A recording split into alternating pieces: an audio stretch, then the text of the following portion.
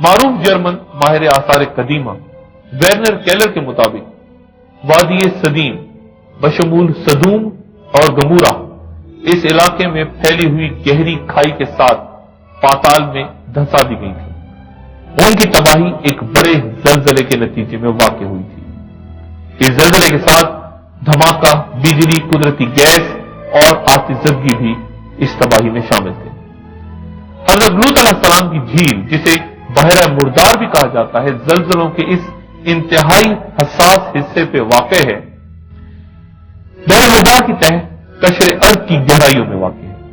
یہ وادی شمال میں موجود کبریا جھیل سے جنوب میں واقع وادی ارابہ تک پھیلی ہوئی ہے۔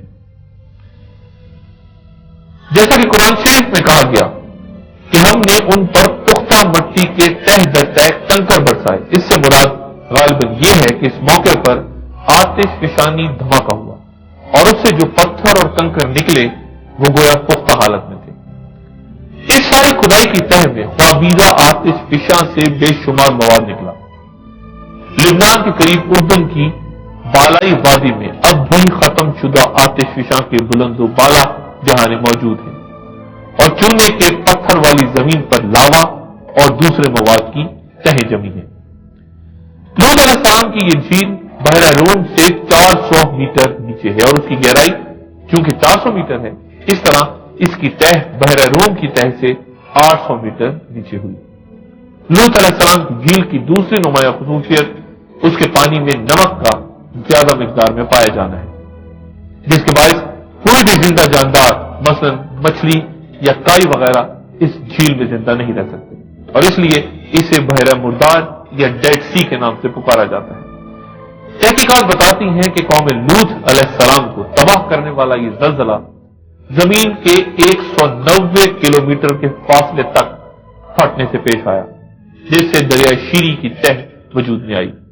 یہ شگاف کوہ سور کے قریب سے گزرتا ہوا صحرائے عرب اور خلیج عقبہ تک پہنچ کر بحیرہ احمر سے گزرتا ہوا افریقہ میں جا کر ختم ہوتا ہے۔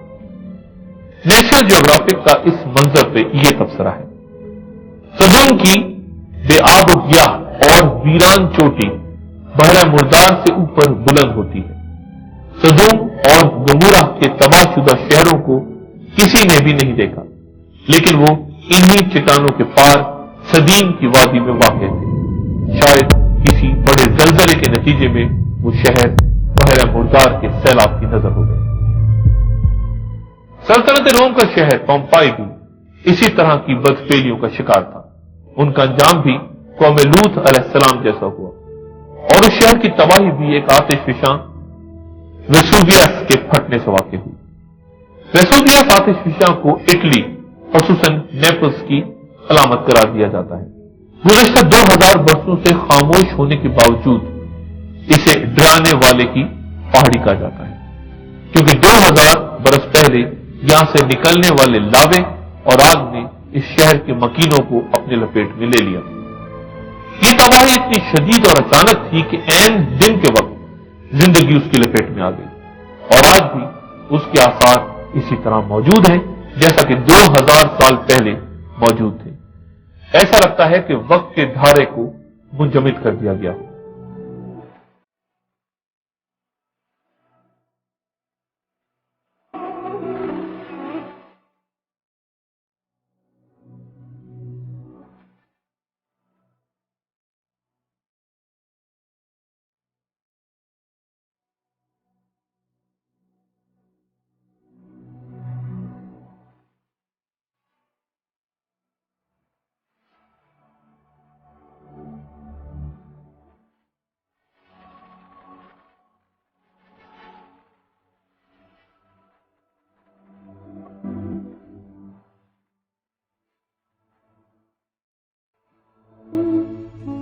پومپائی کو دنیا کے نقشے سے اس طرح مٹا دینا ہرگز بے مقصد نہیں تھا۔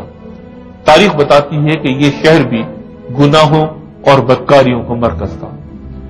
آتش فشاں کی شکل میں عذاب الہی کا ایک عام ترین پہلو یہ رہا کہ آتش فشاں کا شور سن کر بھی کوئی شخص فرار نہ ہو سکا، گویا وہ اپنی مستی میں اتنے مگن تھے کہ انہیں اس کا خیال نہ آیا۔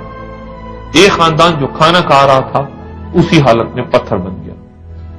کھدائیوں سے نکلنے والے اکثر چہرے بالکل صحیح و سالم ہیں اور ان کے چہروں سے بوکھلاہٹ اور پریشانی نمایاں ہے. بس یہی ایک چنگھاڑ تھی، بس وہ اسی دم بجھ گئے. ہم نے ان پر ایک سخت چیخ بھیجی، پھر وہ اس طرح ہلاک ہو کر رہ گئے جیسے کانٹوں کی روندی ہوئی باڑ. قوم سبا کا شمار جنوبی عرب کی 4 بڑی تہذیبوں میں ہوتا ہے.